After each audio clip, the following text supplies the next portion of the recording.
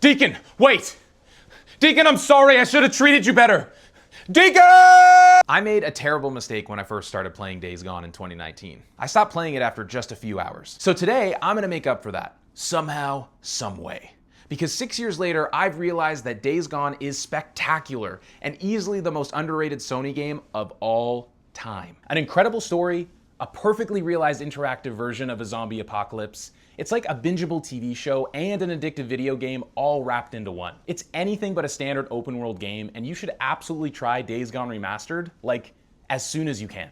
But before you run off and experience this masterpiece for yourself, we gotta talk about a few things. The good, the bad, and the ugly. And it does get a little ugly. But just like kissing a few frogs to find your prince, the warts are absolutely worth it. Come with me and let's go on a journey across the zombie-infested wilderness of Oregon. When Days Gone first launched, I was sold on the premise alone. I've always loved The Last of Us, The Walking Dead, and all Sony games really. I'm also terrified of riding motorcycles in real life, so this game offered me everything I could possibly want to live out my vicarious dreams. But then I actually played it and it just felt fine.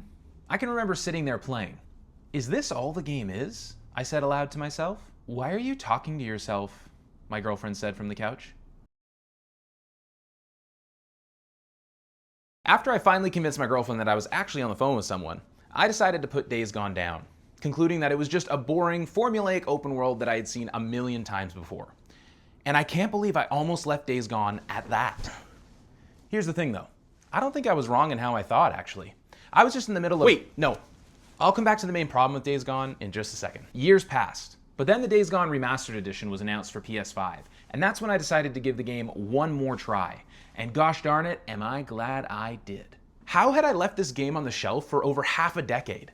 Out of nowhere, it sunk its teeth into me in the subtlest way, building over time into this incredible experience, and it's all I've been able to think about the last few weeks. So what makes this game so special? First off, let's start with an important disclaimer. The basic gameplay loop of Days Gone is pretty good. Not amazing, but perfectly fine. You ride around the map killing zombies, clearing bandit camps, and scavenging for supplies. Nothing about the core gameplay loop is what makes the game special. It's all of the little in-between moments that make the game shine.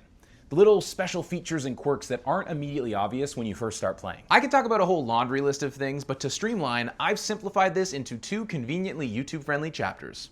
Off we go. If I had to describe one thing a game needs to do to keep me playing, it would be guys with head tattoos. No, just kidding. That word would be immersion. I'm on the old side of 30, and nowadays I just want a tall glass of escapism to take me away after work or on the weekends. Something to sink its hooks into me and whisk me away to imaginary worlds. Days Gone nails this. It all starts with the bike, the greatest traversal mechanic that I've ever played with in any open world game. Why? Gas roleplay.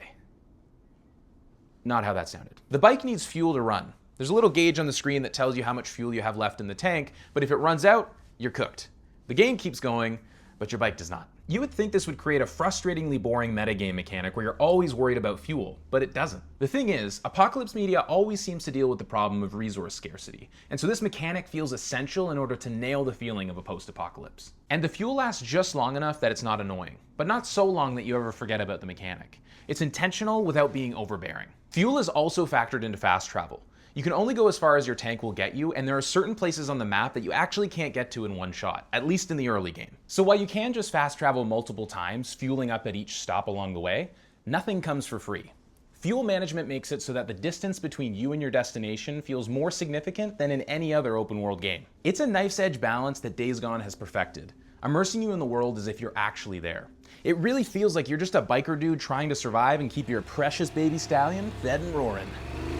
And then of course, we need to talk about a subtle detail that is deeply linked to the bike and is also an essential addition in how immersive this world feels. Haptic feedback, baby. This bad boy has always felt amazing to play with, but it is on another level in this game. The patter of rain during a storm, the rumble of your bike as the engine revs underneath you, or the screech of tires as they squeal against pavement. All of these sounds come with tactile rumble patterns that make it so immersive when you're playing that I swear I'm actually driving through Oregon while I'm playing. It's a hard thing to properly explain without you experiencing it for yourself, but it just feels perfect. And the final, crucial piece of immersion in Days Gone? The story and characters. And no spoilers here, but this is a tale pulled right out of The Walking Dead or The Last of Us or even Red Dead Redemption. It's a story about the last of humanity trying to survive and find meaning after the apocalypse. Quick pause to hammer on what I just said. There are a lot of similarities between Days Gone and Red Dead Redemption 2 in both the character work and just the way the story is delivered. Like the way you travel to missions in this game with other characters, experiencing long stretches of dialogue, kind of just like an interactive cutscene. Or the way map markers and quest lines are categorized by storyline. Just like in Red Dead Redemption, where your quests are based on who you're working with at the time. And it's absolutely criminal that the story of this game didn't take off the same way that Red Dead Redemption or The Last of Us did. I'm not saying it's as good as either of those games, but Days Gone is at least in the same ballpark. Oh, and Deacon? Heck of a lad. He's equal parts gruff and quippy, and throughout the main story and flashbacks told throughout the main story, I found myself getting so genuinely invested and attached to his story. So much so that I've actually been impacted by him in a very meaningful way. I wear my hat backwards now. See? This is genuinely a must-play game if you're in it for the story. Just know that it does take a little bit to get going, so patience is key. Whoa. Wrong turn, I guess. Well, while you're here, you might as well just, you know. But that's just one half of what makes Days Gone so awesome. We still got to talk about another ingredient in the Days Gone secret sauce. Something that most open-world games just straight up miss. Let's ride. Open world games often suffer from a problem where the map just feels like distance to cover to get to where you want to go. But where Days Gone shakes this up is it makes the world genuinely dangerous and scary. But not too scary. It's the perfect Goldilocks zone. And because of that whiff of danger, it forces you to engage with the world more carefully. And all of a sudden, that big map isn't just an obstacle to where you want to go, it's a potential adventure with all kinds of rewards. But before we talk about those rewards, let's set the table. As you travel across the world, you'll come across humans, animals, and zombies that all have one thing in common. They want to kill you dead. There are sniper ambush points, roaming packs of wolves, random zombies, and then of course, the big spectacle of Days Gone, the hordes. The hordes are terrifying and hilarious, and they make every turn around the corner, every bend in the road feel like it could be the beginning of the end. The hordes are a true spectacle in gaming and something I will remember for a long time to come. They are frustrating, exhilarating, and scary, and they give the world a real sense of danger, the kind of which I haven't felt in many, if any other open world games. Yes, sometimes they catch you off guard and you pee your pants a little bit and you get a little angry, but that also happens every time I watch White Lotus, so we're in good company, right? But that terror and frustration can be dealt with in Days Gone. You just have to be willing to scavenge the world for what you need. And all of that scavenging and exploration isn't just for raw resources. It's also to find new side content by clearing fog off the map. And it's not just your standard checklist of activities to do. All of the side content in the game offers meaningful gameplay improvements by completing them. Bandit camps reveal points of interest on the map, giving you a sense of where you should go next. Nero checkpoints unlock permanent upgrades to your main stats like health, focus, and stamina, and Freaker Nests unlock fast travel where it wasn't possible previously. And completing all of this content gives you experience points and skill points that allow you to unlock new abilities on very streamlined skill trees. It's a constant drip feed of progress that makes the dangerous world feel just that much more manageable. And we haven't even touched on the bike upgrades like speed increases, storage upgrades, and nitrous, all of which immediately improve the bike's capabilities in noticeable ways. Ultimately, what you've got is a dangerously scary world that gets a little bit less dangerous and scary as you get stronger, creating an addictive gameplay loop that's rewarding at every step. So, if Days Gone is so immersive with an engaging, dangerous world to explore, why did it fail so hard? No matter how hard Days Gone tried, it couldn't outrun its fatal flaw.